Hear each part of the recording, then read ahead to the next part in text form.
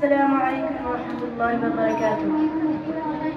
To all respected teachers, guests, and all my dear friends, today we are gathered here not just to hoist a flag, not just to sing an anthem, and not just celebrate another holiday. We are here to remember a fire that refused to die, a fire called freedom. Every 15 August, India doesn't just celebrate a day. India celebrates a feeling. India celebrates a journey from slavery to sovereignty, from chains to courage, from pain to pride. 15 August 1947, when after 200 years of British rule, India breathed freely for the first time. But this freedom did not come served on a plate. It came after thousands there, multi-day, million displaced and generation wounded. Let's pause and to take moment for the real heroes. Mahatma Gandhi, who taught us that non-violence could shake empires. Bhagat Singh, who taught us age doesn't define bravery.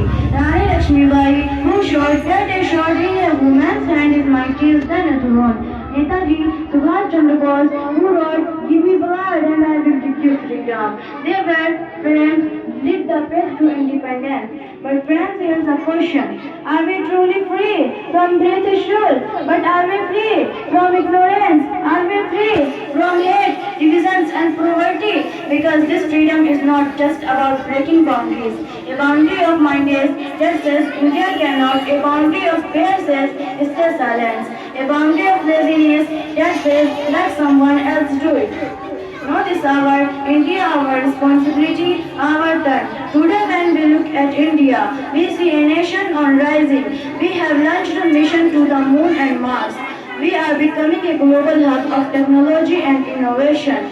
Our youth are shining across the world from Silicon Valley to Space Agency. But we still have battles to win. Battles against unemployment, pollution, fake news and inequality. So let us ask ourselves, what kind of India do we want to live for our children? Do we want to hand over a nation of excuses or a nation of excellence? Do we want to be just citizens or be change marks?